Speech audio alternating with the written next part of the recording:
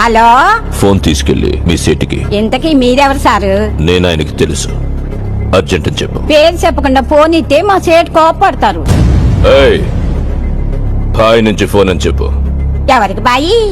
మా సేటుకు బాయా, సేటు పెళ్ళానికి బాయా?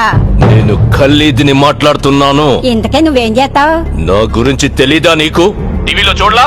టీవీలోనా? ఏ సీరియల్లో వస్తా? మారుతుంగా సాలి. కేకరేకొచ్చా? నేను రహితుంగే పోను. సరే, మీ సేట్ ఇంట్లో ఉన్నాడా లేడా? ఇంట్లో లేడు, బయటకెళ్ళాడు. కార్ బయట ఉంది, నా మనిషి బయటే ఉన్నాడు.